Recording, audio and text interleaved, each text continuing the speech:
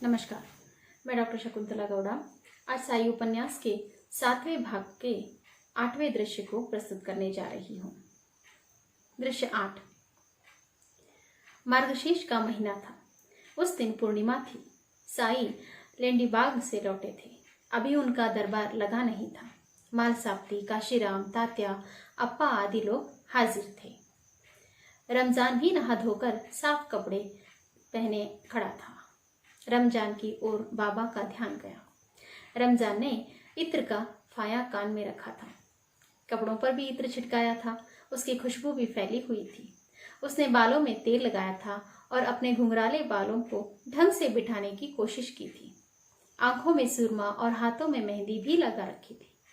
तात्या, जरा रमजान को देखिए तो कैसे सजा सवरा है आज। कुछ खास बात है क्या रमजान? बाबा ने हंसकर पूछा। नहीं, कुछ नहीं। आज लड़की की शादी तय करनी है। आपका आशीर्वाद लेने आया हूँ। बहुत अच्छा। बेटी को मेरा प्यार देना। अल्लाह ताला तेरा भला करेगा, फिक्र मत कर। जी। फिर बाबा अचानक हंसने लगे। क्या हुआ बाबा, आप अचानक यूं क्यों हंसने लगे? तात्या ने पूछा। मैं धर्म के बारे में सोच रहा था, बाबा ने कहा। मतलब? पर उसमें हंसने की ऐसी क्या बात है? अप्पा ने सवाल किया। कैसे चिपक कर बैठे हैं। आपने कभी इन दोनों की तुलना की है? नहीं। तभी वहां श्यामा भी आ गया। उनकी चर्चा का आशय जानकर वह भी उनकी बातें गौर से सुनने लगा। श्यामा, तू तो शिक्षक है, तू ही इन दोनों की तुलना करके बता दे। जी बताता हूँ, पर थोड़ा सोचने दीजिए। ठीक है बाबा, इन दोनों में कई बातें अजीब हैं, जो एक दूसरे से भिन्न भी है और परस्पर विरोधी भी, पर है मजेदार। हमें यह बातें बता तो दो, काशीराम ने थोड़ा चिढ़कर कहा। उसे प्रस्तावना अच्छी लगती नहीं थी। सीधे विषय पर आना उसे अधिक भाता था। बताता हूँ, इतना अधीर मत कमल काशी। यह धर्म चर्चा है, डकैतों से मारामारी नहीं, समझे? सब हंसे। ज्यादा होशियार मत बन, आगे बोल, काशी ने तमक कर कहा। हाँ देखिए, हिंदू चोटी रखता है और मुसलमान दाढ़ी। जी। हिंदू भाल पर भस्म आदि लगाता है तो मुसलमान गले पर, सही है। हिंदू सूर्य की पूजा करता है, मुसलमान चांद की। हिंदू पूर्व को ओर देखकर प्रार्थना करता है, मुसलमान पश्चिम की ओर। हिंदू मन ही मन नाम स्मरण करता है, मुसलमान आसमान की ओर देखकर अजान देता है। हिंदू गाय को माता मानता है, मुसलमान गाय काट कर खाता है। हिंदू सूअर को ईश्वरीय अवतार मानता है तो मुसलमान उसे अशुभ। हिंदुओं ने लाल और गेरुए रंग को अपनाया तो मुसलमानों ने हरे रंग को। बाबा, इतनी भिन्नता, इतनी विरोधी बातें होने पर भी ये दोनों किस प्रकार इतनी सहजता से, प्यार से और भाईचारे से रह सकते हैं? श्यामा ने अपने विवेचन के बाद अपनी एक जिज्ञासा व्यक्त की। श्यामा, रमजान, मालसाप्ती, काशी और आप सब प्यार से रहते हैं ना? यह तो मस्जिद है, पर हमने इसे द्वारका माई बना दी। यहाँ हमने धूनी जलाई है। तुमने जो भेद देखा, भिन्नता देखी, वह मात्र ऊपरी है, सतही है। भीतर दोनों से साम्य है। थोड़ा सोचो, समझो, खोजो। कौन बताएगा? मैं बताता हूँ, काशीराम ने कहा। दोनों को भूख लगती है, दोनों को नींद आती है। सबके शारीरिक धर्म समान है। ईश्वर हो या खुदा, सभी को भक्त ही आस होती है। अल्लाह के प्रति प्रेम होता है। सब में इंसानियत होती है। दोनों धर्मों में अच्छी बात है। वाह, बहुत अच्छी बात कही तूने, बाबा ने उसकी पीठ थपथपाकर कहा। बाबा, काशी एक और बात बताना भूल गया, श्यामा ने कहा। वह कौन सी? काशीराम ने चिढ़कर कहा। यही कि हिंदू हो या मुसलमान, दोनों को लुटेरों से लूट जाने के बाद गुस्सा आता है और तलवार के मिलते ही 2-4 लोगों को खत्म कर देते हैं। हा हा हा हा हा। इस बात पर सभी हंसने लगे। रुक रुक, हिंदू ही हिंदू कैसे खत्म कर देता है, यह मैं तुझे अभी बता देता हूँ, कहकर काशी श्यामा के पीछे लग गया। श्यामा नीचे भाग गया और उसके पीछे काशी। उनकी भागा दौड़ी देखकर बाबा समेत सभी जोर जोर से हंसने लगे। उनकी भागा दौड़ी जारी ही थी। काशीराम अभी पकड़ ही लेगा ऐसा लगते ही श्यामा भागकर ऊपर आया और बाबा के पीछे छिपकर बैठ गया। दौड़कर आने से काशीराम हाँफ रहा था और उसका चेहरा लाल लाल हो गया था। दूर से ही उसने हाथ ऊपर उठाकर कहा, बाबा उसे सामने लाइए, आज उसे दिखा ही देता हूँ। काशी अब शांत हो जा, देख कैसे लाल हो रहा है और तेरा चेहरा। बाबा ने हंसकर कहा। लंगूर की तरह ना अप्पा भी उस मजाक में शामिल हो गए और इससे जो हंसी उठी उसे आसमान गूंज उठा। बाबा लोटपोट हो गए और उनकी हंसी रोके नहीं रुक रही थी। हंसते हंसते उनको ठसक लगी और वे उठकर बैठ गए। जोर जोर से खांसने लगे, आंखों से आंसू आने लगे, चेहरा लाल हो गया, खांसी रुक ही नहीं रही थी। अरे पानी लाना जरा, मालसाप्ती ने घबरा कर कहा और वे साई का सीना मसलने लगे। कोई तुरंत ही मटके से पानी ले आया। खांसी थोड़ी सी कम हो गई पर उनकी छाती लोहे की धौंकनी की तरह ऊपर नीचे हो रही थी। उनकी सांस चढ़ गई थी। बाबा सांस लगी है क्या? मालसाप्ती ने गंभीरता से पूछा। हाँ, बाबा ने लंबी सांस खींचकर कठिनाई से कहा। कई भक्तों के कष्ट मेरा यह शरीर ही तो भुगत रहा है ना। शरीर भी कितना सह सकता है भला। सांस की बीमारी है, छाती भर गई है, पता नहीं अब यह शरीर कब तक साथ देगा। बाबा की इन बातों से सभी घबरा गए। वातावरण गंभीर हो उठा। सारे के सारे सन्न रह गए, कारण सबकी बीमारी दूर करने वाला यह मसीहा प्रभु खुद बीमार हो रहा था। मालसाप्ती के सिवा अन्य किसी को उनकी बीमारी के पीछे का कारण मालूम नहीं था। बस अब यही एक रास्ता बचा था, जो होगा सो देखा जाएगा।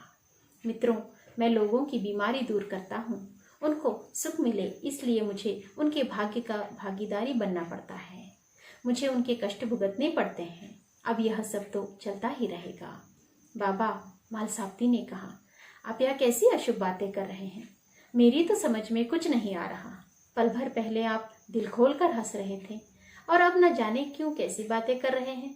इस संसार को आपकी जरूरत है। आप तो हमारे पालनहार हैं। आप ही अगर ऐसा कहने लगे तो हमारा क्या होगा? आपको कुछ नहीं हुआ है। मुझे तो लग रहा है कि आप जानबूझकर हमें डरा रहे हैं।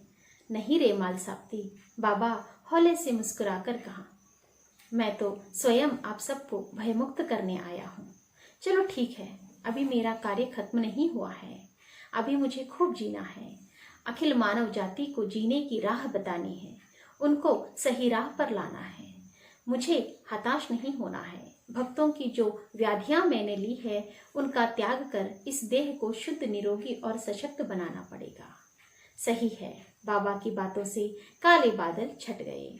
फिर उत्साह फैल गया। बाबा की बातों पर सब ने अपना ध्यान केंद्रित किया। मालसाप्ती, इसके लिए मुझे अपना प्राण ब्रह्मांडी लगाने होंगे, कुंडलिनी जगानी होगी। बाकी लोगों को इन बातों का अर्थबोध नहीं हुआ। ठीक है, आप लोग अब जाइए। रात जब आएंगे तब सारी बातें बताऊंगा, उसको ध्यान से सुनना। नमस्कार कर सब चले गए। सबके चेहरे पर विस्मय और जिज्ञासा थी। रात को 10 बजे सभी इकट्ठा हो गए। आइए आइए, अब मैं आपको सब बताता हूँ। मैं अपने प्राण ब्रह्मांडी लगाना चाहता हूँ। 3 दिन तक मैं उसी स्थिति में रहूंगा। इस दौरान मैं बिल्कुल निष्प्राण लाश की तरह रहूंगा, पर मुझे मरा हुआ नहीं समझना। इन 3 दिन आप मुझे मत जगाना। एक कोने की ओर इशारा करते हुए उन्होंने कहा। सभी मंडप का वह कोना आप देख रहे हैं ना, वही समाधि बनाकर मुझे अर्थात मेरे शरीर को वहां रख दीजिए।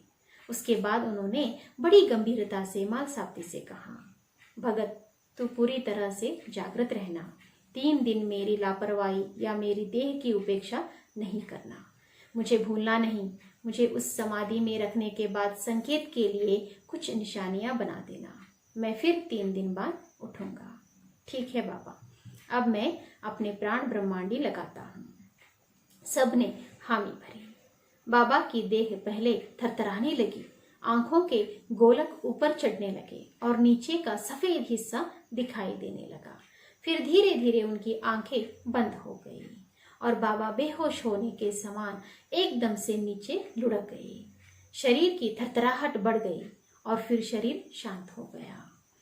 अब बाबा का शरीर अचल हो गया। उनकी हलचल पूरी तरह से रुक गई। नब्द बंद हो गई। बाबा शव से लगने लगे थे। मालसापती हड़बड़ी से नीचे बैठ गए। उन्होंने बाबा का सिर अपनी गोद में ले लिया। अपने श्रेष्ठ गुरु सिर अपनी गोद में लेकर एक श्रेष्ठ भक्त अत्यंत शांति से बैठा था। बाकी सब घबरा गए। बाबा को क्या हुआ? क्षण भर पहले चैतन्य से भरी हुई बाबा की देह ऐसी कैसे शांत हो गई? सांस भी नहीं ले चल रही, धड़कन भी रुक गई। लगता है जैसे बाबा के प्राण शरीर से निकल गए हैं। क्या हुआ होगा मालसापती जी? बाजाबाई ने कर रोना नहीं रुक रहा था। आखिर तात्या उसे बाहर ले आया।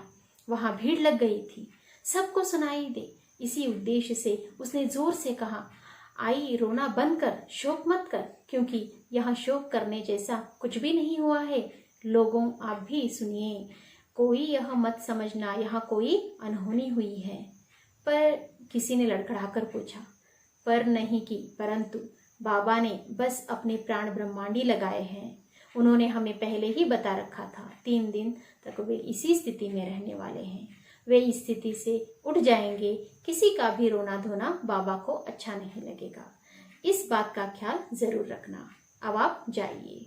उसने हाथ जोड़कर सबसे विनती की। लोगों ने भी बाबा को प्रणाम किया और वे चारों दिशा में बिखर गए। बाईजाबाई ने अपने आंसू पोंछे। बाकी महिलाओं ने भी उसका अनुकरण किया। सई माँ की कठिनाई से उठते हुए कहा, बाईजा, यह लड़का तो योगी ही है, नहीं भगवान ही है। उसकी लीला हम क्या समझेंगे? तुझे आई और तुझे नानी कहता है। यही हमारा परम सौभाग्य है। जैसा उसने कहा है कि वह 3 दिन बाद उठेगा तो पक्का उठेगा ही।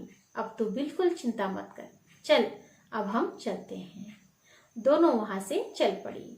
कुछ लोग जाते नहीं कि फिर नए लोग आ जाते। बाबा की शव सी देह और उनका सिर अपनी गोद में लेकर बैठे मालसापती को वे विस्मय और आदर से देखते, फिर भक्तिभाव से उनको प्रणाम कर चले जाते। धन्यवाद।